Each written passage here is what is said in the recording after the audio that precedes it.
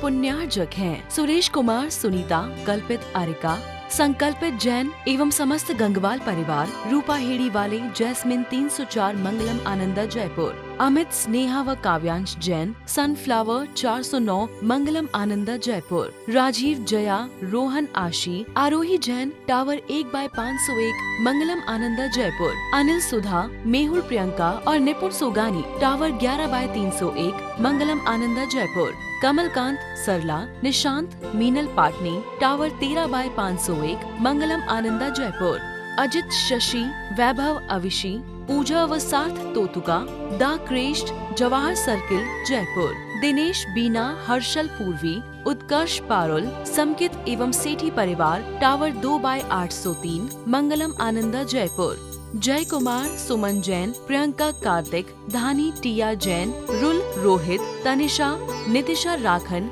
Jasmine 212 मंगलम आनंदा जयपुर, अर्पित, जूही, हितार्थ, Godika, tower 9/904 मंगलम आनंदा जयपुर, विमल, सुशीला, प्रद्युम्न, बीना, मयंक, नविता, अरहम एवं समस्त कंजोलिया परिवार, झालावाड़ वाले, मंगलम आनंदा कोरल 10/703।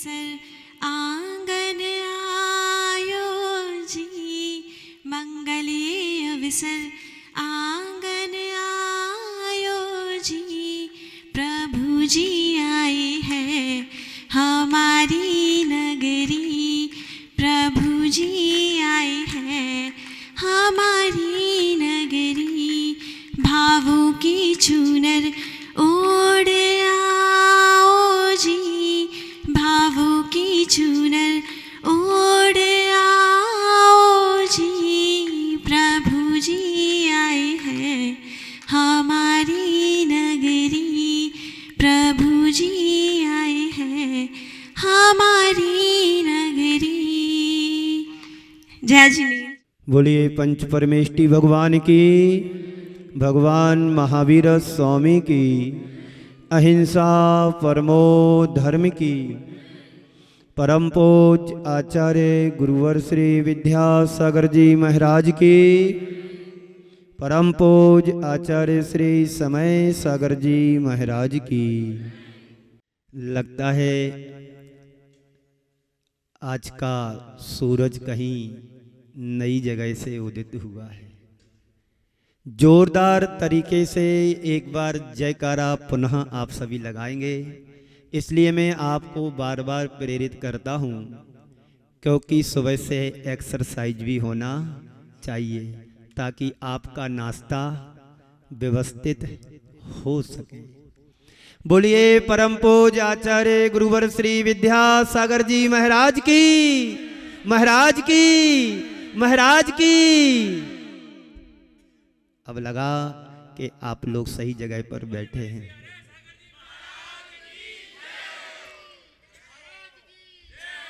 एक राजा किसी पहुंचे हुए संत के चरणों में पहुंचा और उनसे धर्म उपदेश देने का निवेदन किया। संत ने राजा की बात को स्वीकार करते हुए कहा कि मैं तत्व उपदेश दूंगा, धर्मोपदेश दूंगा, पर यहाँ नहीं, तुम्हारे राजमहल में आकर के।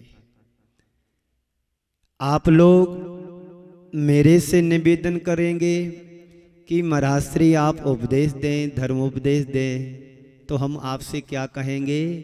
आपके घर नहीं, महल में नहीं, आपके मंदिर में आकर के धर्मोपदेश दूंगा। पर वो दूसरे संत की बात है। तो संत ने कहा कि मैं उपदेश तो दूंगा, पर यहाँ नहीं, आपके राजमहल में उपदेश दूंगा, और वहीं पर मैं अपनी भिक्षावृत्ति भी करूंगा। राजा बड़ा प्रसन्न हुआ, प्रमुदित हुआ। एक तो धर्मोपदेश की प्राप्ति और दूसरा भिक्षावृत्ति का सौभाग्य भी हमें मिल रहा है। निश्चित समय पर राजा, निश्चित समय पर संत राजमहल में पहुंचे और वहां पर तत्उपदेश की भावना से पहुंच करके राजा ने धर्म उपदेश होने के बाद संत से निवेदन किया कि मैंने आपके लिए भिक्षावृत्ति के लिए तैयारी कर रखी है, आप भिक्षा को स्वीकार करें। संत ने कहा, मैं भिक्षा तो लूंगा, ज्यादा कुछ नहीं लूंगा। मेरे पास एक छोटा सा कटोरा है, उस कटोरे भर ही में भिक्षा लूंगा, ज्यादा मेरी कोई इच्छा नहीं है। पर पता नहीं आप लोगों की कितनी इच्छाएं हैं। सुबह कुछ इच्छा होती है, दोपहर में कुछ होती है, शाम को कुछ होती है, और सोते सोते पता नहीं और क्या क्या हो जाता है। अभी सर्दी का हेल्दी सीजन चल रहा है, तो नई नई चीजें घर में खाने के लिए लाते हैं और खाते खाते व्यक्ति सो जाता है। संत ने कहा, मेरा छोटा सा कटोरा है। राजा ने बड़े उत्साह और उमंग से भर करके संत के लिए अनेक तरह के व्यंजन तैयार कराए, और उसमें जैसे आपके ते अतिथि आते हैं तो आप क्या बनाते हैं? विशेष रूप से खीर बनाते हैं। बनाते हैं कि नहीं बनाते? अभी तक चौके में खीर नहीं बनी, बनती है, दलिया की खीर बनती है, चावल की भी खीर बनती है। आप लोग रूटीन से चलते हैं, एक चौके वाले से पूछ लेते हैं कि क्या लेते हैं, बस वही मीनू तैयार हो जाता है। बस वो चले या ना चले, बस उसी तरीके से ढर्रे से बना लिया। पर आपके भवन में कोई संत आता है तो आप लोग बड़े खुश होकर के अनेक व्यंजन तैयार करते हैं। भले संत ले या ना ले, पर आपकी भक्ति भाव तो इतनी होती है कि एक साथ एक नहीं, दो नहीं, 10 साधु भी आ जाएं तो कभी कम नहीं पड़ेगा। ये मनोभाव, ये भाव आप लोगों के अंदर होता है। मैं रोज देखता हूं, इतना सारा बना करके रखते हैं, और लेना कितना है? थोड़ा सा लेना है। तो उन संत ने भी अपने कटोरे को आगे बढ़ाते हुए कहा कि राजन, इस छोटे से कटोरे में मुझे खीर दे दो। राजा ने खीर बनवाई थी, उस कटोरे में सारी की सारी खीर उड़ेल दी, लेकिन कटोरा भरा नहीं। राजा बड़ा आश्चर्यचकित हो गया कि सारी की सारी खीर डालने के उपरांत भी वो कटोरा भरा नहीं।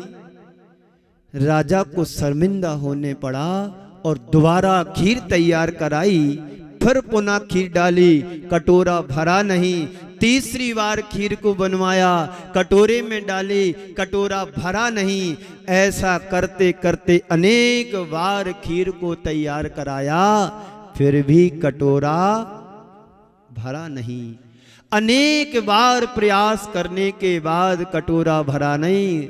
राजा संत के चरणों में गिर पड़ा और कहा, गुरुदेव यह कटोरा कब भरेगा? आप लोगों के पास भी एक कटोरा है, अभी बताऊंगा कौन सा है।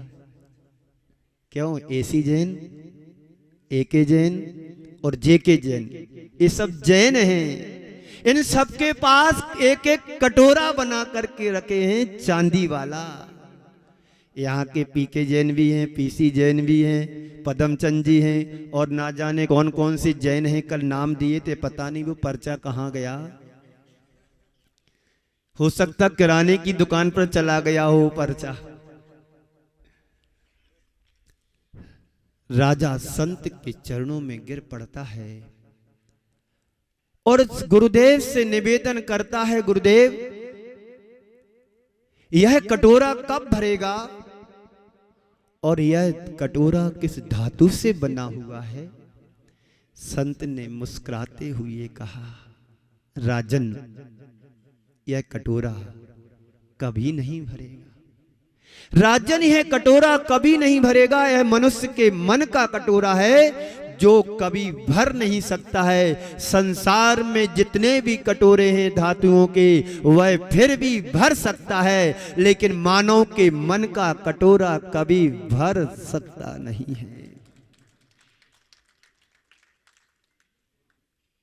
और उसे जितना भरने का प्रयास करता है, किया जाता है, वह कटोरा उतना ही खाली होता चला जाता है। मनुष्य की यह बड़ी विचित्र दशा है। जो पाता है सो भाता नहीं।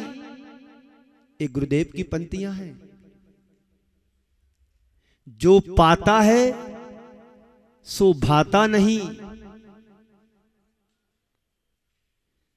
जो पाता नहीं है वो भाता है, इसलिए जीवन में सुख साता नहीं है। जो पाता है सो भाता नहीं, जो भाता है सो पाता नहीं, इसलिए जीवन में सुख साता। यहां पर जितने बैठे हैं कोई सुखी है? एक भी सुखी नहीं मुझे दिखाई नहीं दे रहा है। अभी यहां से उठेंगे, नाश्ता ढूंढेंगे कहां रखा है, कॉफी ढूंढेंगे, चाय ढूंढेंगे, बिस्किट देखेंगे कहां पर कौन सी प्लेट है। ये क्या है? असाता। साता वो है जो तुम्हारे जीवन में शांति का अनुभव कराए। मिल जाए तो ठीक, ना मिले तो ठीक, हम तो अपने में मगन हैं। तो मनुष्य की यह बड़ी विचित्र दशा है। हम उसे जितना भरने का प्रयास करते हैं, उतनी ही प्यास हमारी बढ़ती चली जाती है। क्यों पूजा? आप जितना जितना चाहते हो उतनी चाह बढ़ती जाती है, और जब चाह बढ़ती है तो उसमें दाह उत्पन्न होती है, और जहां दाह होती है वहां जीवन की राह अवरुद्ध हो जाती है। सबका अनुभव है कि नहीं? बोलो। जहां चाह वहां दाह है। आज मैं अपनी बात को गुरुदेव के उस हाइको से प्रारंभ करने जा रहा हूं। जितना चाहो, जो चाहो, जब चाहो, क्यों कभी मिला। पुनः दोहराता हूं, ध्यान से सुनना और ये बात पूरे सोसाइटी में सुनाना, माइक लेके सुनाना, पर सुनाना सबको, क्योंकि आपके बीच की बात ही है। जितना चाहो, जो चाहो, जब चाहो, क्यों कभी मिला, कभी नहीं मिला। आपका चाहा कभी मिला? आपकी मन की पूर्ति कभी हुई? आपने जो सोचा क्या कभी हुआ? अपना सोचा तो कभी होता नहीं है। और इसी चाह में, इसी सोच में व्यक्ति रात दिन दौड़ता रहता है, दौड़ता रहता है, यहाँ जाऊंगा तो ऐसा होगा, वहाँ जाएंगे तो ये होगा, ऐसा करूंगा वैसा करूंगा। सारी जिंदगी जोड़ने में दौड़ते दौड़ते गमा देता है। हर प्राणी के मन में नित्य इच्छाएं उत्पन्न होती रहती हैं। अनंत चाह हर प्राणी के अंदर है। आप लोग बैठे हैं तो आपकी भी इच्छाएं हैं, आपके अंदर भी भाव जागते हैं, आपकी भी सोच बदलती है, आपका भी दृष्टिकोण बदलता है।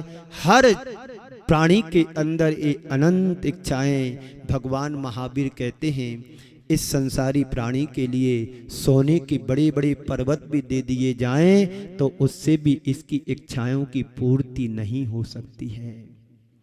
पर सोचने की बात तो केवल एक है, क्या जो मैं चाहता हूं, जितना मैं चाहता हूं, जब मैं चाहता हूं, तब वह मिलता है क्या? बोलो, अपना चाहा कभी हुआ? बोलो जी, कभी नहीं हुआ। तो चाहना छोड़ दो। चाय पीते ना आप लोग, सुबह से चाय की चाह रहती है ना, उस चाय की चाय में क्या आपको संतुष्टि मिलती है? लीवर खराब जरूर हो जाता है। जो अधिक चाय पीता है आगे चल के उसका लीवर डैमेज हो जाता। मैंने बचपन में बहुत चाय पी, आज मैं परेशान हो रहा हूं लीवर से। सारा सिस्टम बिगड़ गया अंदर का। ना तुम जी पाओगे, ना रह पाओगे, ना खा पाओगे, ना पी पाओगे, ना कुछ भी क्रिया अपनी धार्मिक कर पाओगे, क्योंकि जीवन अस्वस्थ हो गया है। एक बार सिस्टम बिगड़ जाता है तो उसे सुधारा नहीं जा सकता है। इसलिए बचपन से ही हमें सावधानी रखने की जरूरत है। तो चाय नहीं मिलती है, दाह जरूर मिलती है। बहुत साधारण से शब्द आपके सामने रख रहा हूं। चाह दाह, चाह दाह, आह और राह। सबसे पहली बात है मन की चाह। अपने अपने मन को सोचना, देखना, पूछना कि हमारी चाह क्या है। जन्म से लेकर के अभी तक तुमने अपनी चाह को कितना पूरा किया? चाह तो पूरी नहीं हुई, लेकिन चाह के चक्कर में दाह जरूर उत्पन्न हो जाती है। छेढालाकार ने कहा है, यह राग आग दहे सदा ताते समामृत से, चिर भजे विषय कसाए अब तो त्याग निज पद बेये। यह राग की दाह, चाह दाह को उत्पन्न करने वाली होती है। चिर भजे विषय कसाए, अनंत अनादि काल से विषय कसायों की चाय में व्यक्ति जलता चला आ रहा है। अब तो इसको बेइए, इनको अब छोड़िए। इस चाह से कोई राह मिलने वाली नहीं है, अपितु चाह की राह पर चलने वालों के अंदर दाह जरूर उत्पन्न हो जाती है। तो हर मनुष्य के अंदर चाह रहती है। अपने अनुभव को पलट करके हम देखें तो तुम्हारे मन में हमेशा अनंत प्रकार की चाह उत्पन्न होती रहती हैं। उम्र के साथ बढ़ती हैं या घटती हैं। बचपन की अवस्था को यदि हम देखते हैं और आज की अवस्था को देखते हैं, बचपन में तुम्हारी चाह क्या थी और आज तुम्हारी चाह क्या है, कभी विचार किया? थोड़ा पलट करके देखो तो हम पाएंगे एक समय था जब हमारी चाह सीमित थी और आज हमारी चाह असीमित हो गई। पहले एक छोटे से मकान में रहते थे, आज एक बड़े मकान में रहने लगे। पहले छोटी सी जगह में रहते थे, गांव में रहते थे, आज शहर में रहने लगे। पहले जमीन पर रहते थे, आज फ्लैट में रहने लगे। चलो कोई बात नहीं, गांव से शहर में आ गए। अब मन कहता है अब यहां अच्छा नहीं लगता है, पॉश एरिया में जाया जाए। वहां पर पहुंच गए। अब बड़ी जमीन वाला घर चाहिए, चलो ये भी हो गया। फिर आगे तुम्हारी चाह बढ़ती है, घर तो अच्छा बना लिया, फर्नीचर और अच्छा सा बन जाए। ये चाह है कि नहीं? एक के बाद एक तुम्हारी चाह मन में उत्पन्न होती चली जा रही है, लेकिन कभी पूर्ति नहीं होती है। कल मैंने कहा था, दो चीजों की पूर्ति व्यक्ति जीवन में कभी नहीं कर पाता है, एक स्त्री और दूसरा मकान।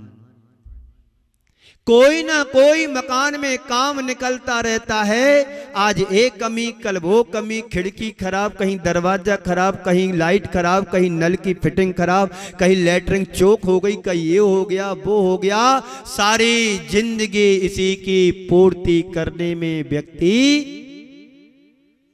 अपने जीवन को भी खो देता है।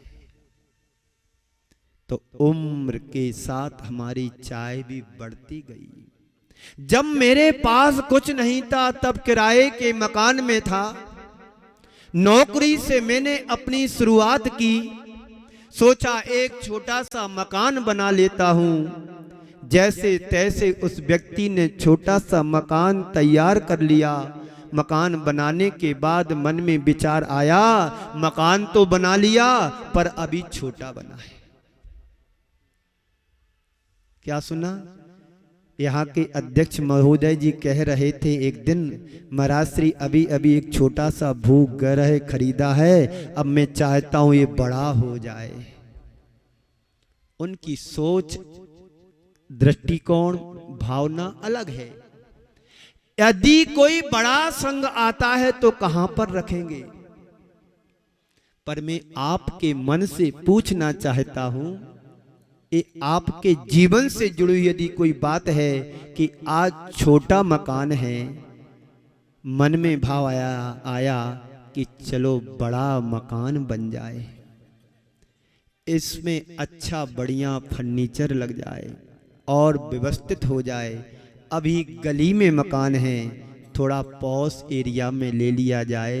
अभी सिटी में रहते थे आप लोग, जौहरी बाजार में, चौड़ी सड़क पर, पता नहीं मनिहारों का रास्ता।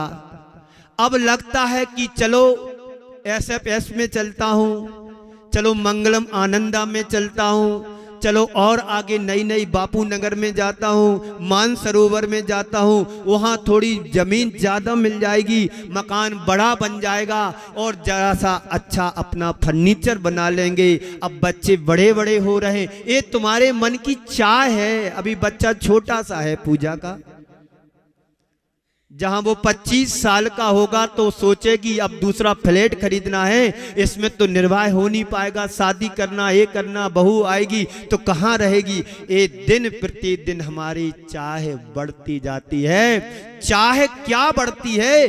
जीवन में दाह को उत्पन्न कर देती है। अभी तुम शांति से जीवन जी रहे हो, जीवन में फिर अशांति आ जाती है। अच्छे से बैठना, नहीं तो वीडियो डिस्टर्ब हो जाए, फिर आप कहेंगे हम तो ऐसे बैठे नहीं थे। ये भी एक इच्छा है हमारी। इन इच्छाओं को व्यक्ति कभी कम नहीं कर सकता है। एक इच्छा की पूर्ति करने के लिए जाता है, दूसरी इच्छा उत्पन्न होने लगती है, दूसरी इच्छा की प्लानिंग करता है, तीसरी इच्छा मानस पटल में तैरने लगती है। अब इसके बाद एक करना, अब इसके बाद एक करना, अब इसके बाद एक करना, एक करना, एक करना, एक करना, सारी जिंदगी करने धरने में गुजर जाती है। जिंदगी, व्यक्ति का जीवन वहीं ढेर हो जाता है।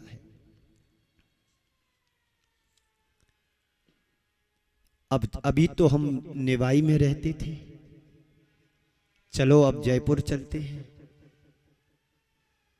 जयपुर में एजुकेशन की व्यवस्था अच्छी है, मेडिकल की सुविधा अच्छी है। ये सब क्या है? हमारे जीवन की इच्छाएं हैं।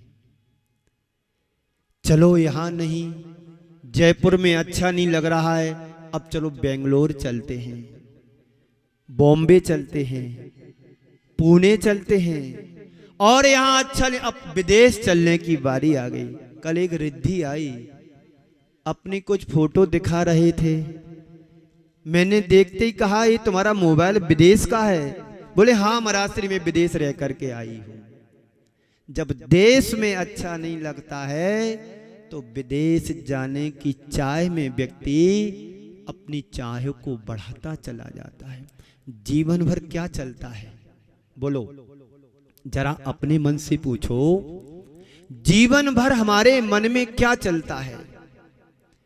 एक को पूरा करते हैं, दूसरा तैयार हो जाती है, प्लानिंग तैयार हो जाती है, अनेक प्रकार की चीजों से व्यक्ति उलझता चला जाता है, और इस तरह से उलझता है जीवन में फिर कभी सुलझ नहीं सकता है।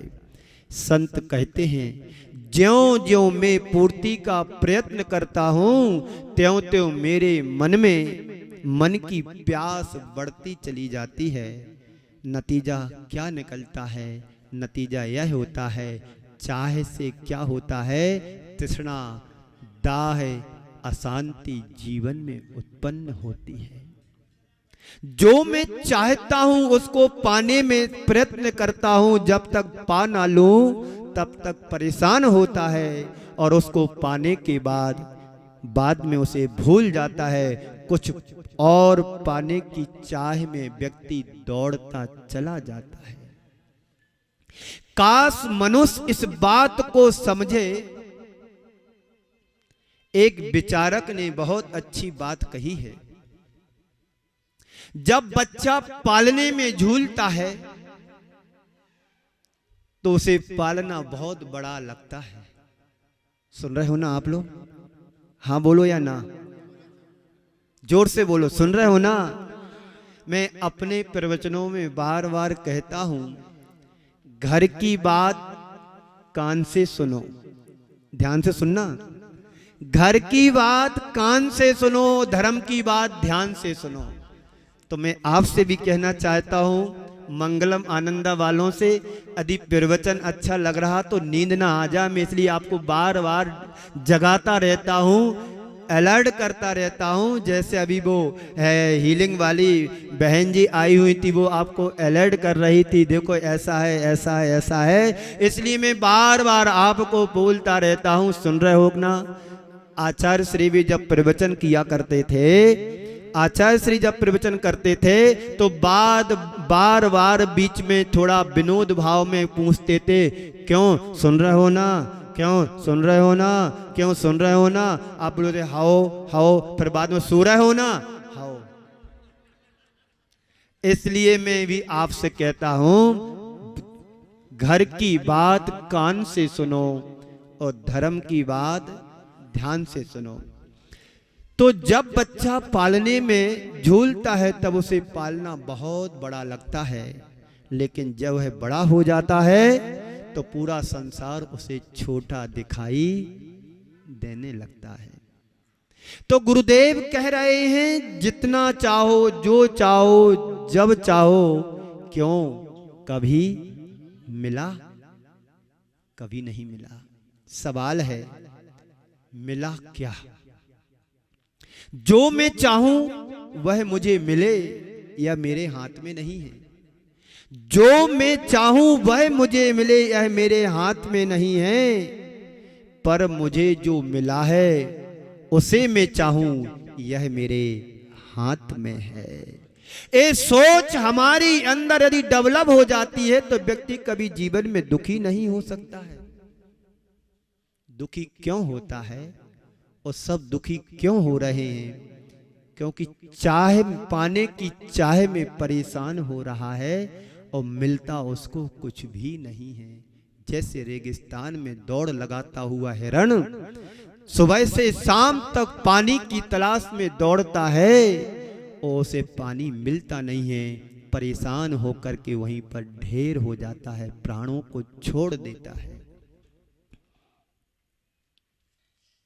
तो मैं आपसे पूछता हूं, कौन सी बात आपको पसंद आई, पहली वाली की दूसरी वाली? दूसरी वाली। जो मेरे हाथ में नहीं है उसके पीछे भागना हमारी नादानी है। यह चाय नहीं, यह तो दाय है जो तुम्हारे उत्पन्न बढ़ाती है। जीवन के सारे दुख, आकुलता और संताप का यही कारण है। बड़े से लेकर छोटे तक सब इसी से परेशान हैं। दान दाम बिना निर्धन दुखी, तृष्णा वस धनवान। कहूं न सुख संसार में, सब जग देखो सबको पता है। गरीब अभाव में दुखी है और अमीर अधिक की चाह में दुखी है। वह अपने अभाव को मिटाने में परेशान है और यह अपना बढ़ाने में परेशान है। एक गरीब व्यक्ति वो रोज कमाता है, रोज खाता है, उस गरीबी के कारण दुखी है, वो कभी ऊपर नहीं उठ पा रहा है। और दूसरा व्यक्ति ऐसा धनाढ्य परिवार है, उसकी चाह ये है इसको और मैं कैसे संरक्षण दूं, उसकी सुरक्षा में दुखी हो रहा है। मैंने कमा तो लिया है, बढ़ा तो लिया है, अब इसको मेंटेनेंस कैसे करें। परेशान और दुखी दोनों हैं। एक बात ध्यान रखना, इच्छाओं की पूर्ति इच्छाओं की तृप्ति से नहीं होती है। इच्छाओं की पूर्ति से इच्छाओं की तृप्ति नहीं होती, पर संत कहते हैं इच्छाओं का नियंत्रण ही इच्छा तृप्ति का साधन है। हमें अपनी इच्छाओं को कंट्रोल करना है, तभी हम उस इच्छाओं की तृप्ति को प्राप्त कर पाएंगे। लेकिन हम इससे विपरीत करते हैं, उल्टा करते हैं। जो प्राप्त नहीं हो रहा है उसको पाने में हम रात दिन अपना समय लगाते रहते हैं। कहते हैं जब रावण मरणासन में था, जब रावण मरणासन था तो उससे किसी ने आकर के पूछा, आपने अपने जीवन में बहुत कुछ किया है, कुछ करना शेष रह गया क्या? आपने अपने जीवन में बहुत कुछ किया है, क्या कुछ और शेष करना रह गया? तब रावण ने उससे कहा, उस व्यक्ति से कहा, मैंने अपने जीवन में बहुत कुछ किया है, पर मेरे मन की 3 इच्छाएं अधूरी रह गईं। मैंने अपने जीवन में बहुत कुछ किया है, मेरे मन की 3 इच्छाएं अधूरी रह गईं और उनको मैं कभी पूरा कर नहीं सका। अब मैं इस दुनिया से जा रहा हूं, अगर कोई इसे पूरा कर ले तो अच्छा होगा। पूछा उस महोदय ने, ऐसी कौन सी इच्छाएं 3 थीं जो तुम अपने जीवन में उसे पूरा नहीं कर पाए? तो रावण ने कहा, मैंने सोचा कि मैंने सोने की लंका को बना लिया, मैंने सोने को पा लिया और सोने को पाकर के मैंने सोने की लंका को भी बना लिया, पर मैं चाहता हूं इस सोने में सुगंधी आ जाए तो मेरी जीवन की इच्छा पूरी हो जाए। पर मेरी इच्छा अधूरी रह गई। दूसरी इच्छा कौन सी है? आप लोग सुन रहे हो ना? आपकी भी इच्छाएं होगी। फ्लैट तो अच्छा बन गया, अच्छा फर्नीचर और बन जाए जो यहां किसी के घर में ना हो ऐसा। गाड़ी तो मेरे पास है, पर वो गाड़ी होना चाहिए जो 2-2.5 करोड़ रुपए की आती, पूरे इलाके में किसी की ना हो। जगवार नाम की गाड़ी है ना, जिस पर आगे शेर बना होता है। आज खरीदने जाओ तो 1.5 से कम नहीं आएगी। क्यों? एक एजेंट। अभी तो किया गाड़ी में घूम रहे आप। क्या किया तुमने? गाड़ी लेकर के बस। जीवन की इच्छाओं की पूर्ति करने से कभी इच्छा तृप्ति नहीं होती, उसको सेल्फ कंट्रोल करना चाहिए। दूसरी मेरी इच्छा थी, मेरे चारों तरफ इर्द गिर्द समुद्र है, समुद्र में अपार जल राशि है। ये अपार जल राशि किसी के उपयोग में आ सके, मैं सोचता था काश समुद्र का पानी मीठा हो जाए तो हर व्यक्ति के उपयोग में आ सके, सर्वोपयोगी बन जाए। लेकिन मेरी इच्छा अधूरी रह गई। तीसरी कौन सी इच्छा? तीसरी मेरी इच्छा थी अग्नि तो जले पर धुआं ना निकले। मेरी वह इच्छा भी अधूरी रह गई और इतना कहते ही रावण के प्राण निकल गए। यह घटना काल्पनिक हो सकती है पर इसका कथ्य सत्य कहा जा रहा है। सच्चे अर्थों में देखा जाए तो चाह को पूरा करने का मतलब है सोने में सुगंध उत्पन्न करने का असंभव प्रयास करना। सोने में सुगंध उत्पन्न करने का असंभव प्रयास करना, अपनी चाह को पूरी करने का मतलब है समुद्र के खारे पानी को मीठा बनाने का असंभव प्रयास करना। और अपनी चाह को पूरी करने का मतलब है बिना धुएं के अग्नि को जलाने का असंभव प्रयास करना। जो मिले चाह को सीमित करो, जो मिले जिसमें जो परिणाम सामने आए उसमें संतोष रखो। जो है जितना है पर्याप्त है, प्राप्त को पर्याप्त मानो। व्यक्ति कभी दुखी नहीं होगा। दुखी कब होता है? जब उसकी चाह बढ़ती चली जाती हैं, इच्छाएं बढ़ती चली जाती हैं, इच्छाएं बढ़ती चली जाती हैं तो व्यक्ति खुद से दुखी होता है, किसी और से दुखी नहीं होता है। जब तुम्हारे मन की नहीं होती है तब व्यक्ति दुखी होता है। जो तुम चाहते हो वो प्राप्त नहीं होता है तब दुखी होता है। तुमने जैसा सोचा वैसा नहीं होता है, व्यक्ति तब दुखी होता है। दाह और आह से बचने की राह यही है। जीवन में अपनी दाह को मिटाना चाहते हो तो संतोष की राह पर चलो। किसकी राह पर? संतोष की राह पर चलो। समता के सागर में डुबकी लगाओ। हमारे जीवन में विषमताएं बहुत हैं।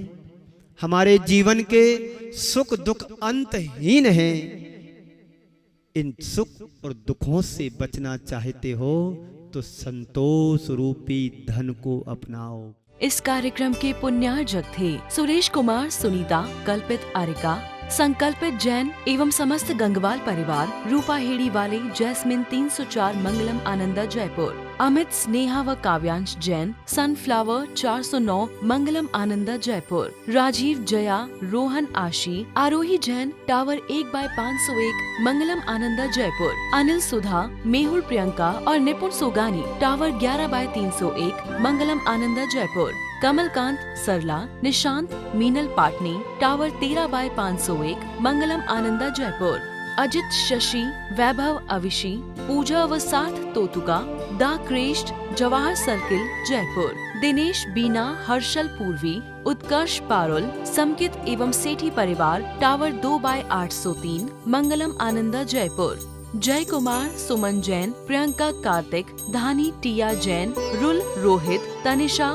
नितिशा राखन, जैस्मिन 212 मंगलम आनंदा जयपुर, अर्पित, जूही, हितार्थ, गोदिका, टावर 9/904 मंगलम आनंदा जयपुर, विमल, सुशीला, प्रद्युम्न, बीना, मयंक, नविता, अरहम एवं समस्त कंजोलिया परिवार, झालावाड़ वाले, मंगलम आनंदा कोरल 10/703।